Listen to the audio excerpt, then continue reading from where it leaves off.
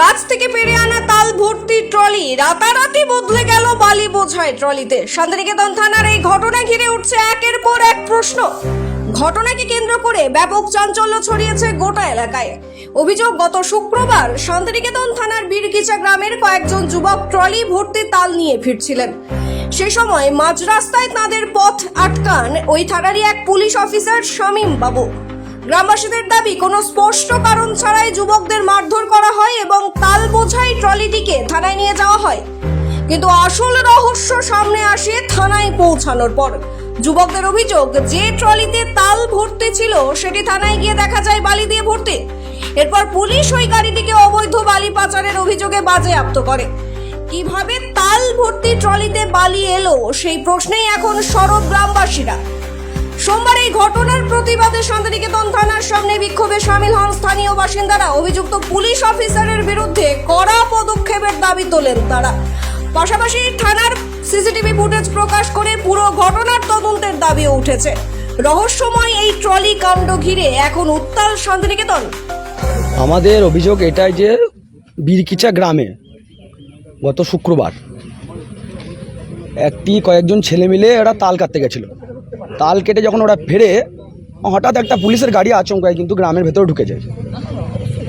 আর একটা তাল কেটে ওরা গাড়িতে ট্রাক্টর গাড়ি নিয়ে তাল বোঝায় গাড়ি নিয়ে ওরা গ্রামের ভেতরে ঢুকছে, তখন পুলিশের গাড়িটা আচমকায় তেড়ে যায়, এমনকি ওদেরকে মারধর করে। সেই গাড়িতে অফিসার ছিলেন শামীম বাবু বলে একজন, যার নামে আমরা আগেও কমপ্লেন করেছি। উনি আমাদের আগে একটা কেস ছিল, ওনারও উনি আছেন, এখন মতো কোনো স্টেপ উনি নেননি তার বিরুদ্ধে। ঠিক আছে, তো এটা বীরকিচা গ্রামের গ্রামবাসীরা সবাই এসেছেন এখানে। এমনকি ওখানে গ্রামে মা বোনদের সামনে অকথ্য ভাষায় গালিগালাজ দেয়, মানে মা বোনকে পর্যন্ত মানেনি। একজন পুলিশ অফিসার হিসাবে উনি এটা কি করে করতে পারেন? বলে যে মেরে ট্যাঙ্ক ভেঙে দেবো, মেরে মাথা ফাটিয়ে দেবো, এসব বলে নানা রকম অকথ্য ভাষায় গালিগালাজ করে। প্রথমে তাল ভর্তি ট্রাক্টরটি থানায় নিয়ে আসে, তারপরে এসে দেখি আমরা গাড়িটার মধ্যে বালি ভরা রয়েছে। তাহলে কিভাবে বালি ঢুকলো? থানার সামনে তো সিসিটিভি ক্যামেরা লাগানো আছে। যখন আমার গাড়িটা ঢোকে তখন তো সিসিটিভি ক্যামেরা আমরা চাই। এখানকার যিনি ম্যাডাম আছেন উনি দেখুন, বিষয়টা নিয়ে তদন্তবান করুন। আমরা চাই যে শামীম বাবুকে এখান থেকে ট্রান্সফার করা হোক। কবে হয়েছে ঘটনা? গত শুক্রবারের ঘটনা। ওকে সাসপেন্ড করা হবে। এবং যে অফিসার মেরেছিলেন তখন কি সেই তাল বোঝাই গাড়ি কি নিয়ে এসেছিলেন? হ্যাঁ, তাল বোঝাই গাড়ি নিয়ে এসেছিলেন। পরবর্তীকালে বালি ভরে কেসটা দেওয়ার জন্য ও বালি ভরেছেন উনি। কি ঘটনা হয়েছিল তোমার সাথে? আমি গাড়ি নিয়ে বাড়ি যাচ্ছিলাম, তাল কেটে দিয়ে রাস্তায় আমাকে আটক করে। গ্রামের ভিতরে গাড়িটা আটকিয়ে শামীমবাবু আমাকে নেমে গাড়ি থেকে মারতে লাগে। হঠাৎ মারতে লাগে, নেমেই এখনো পিঠে আমার ডাক আছে, বলছে চল থানাকে। ওই থানাকে নিয়ে যাবো, দিয়ে গাড়িটা ধরলে চলে এলো। তালে গাড়ি আজকে এসে গাড়ি তাল নামিয়ে বালি লোড করে দিয়েছে গাড়িতে।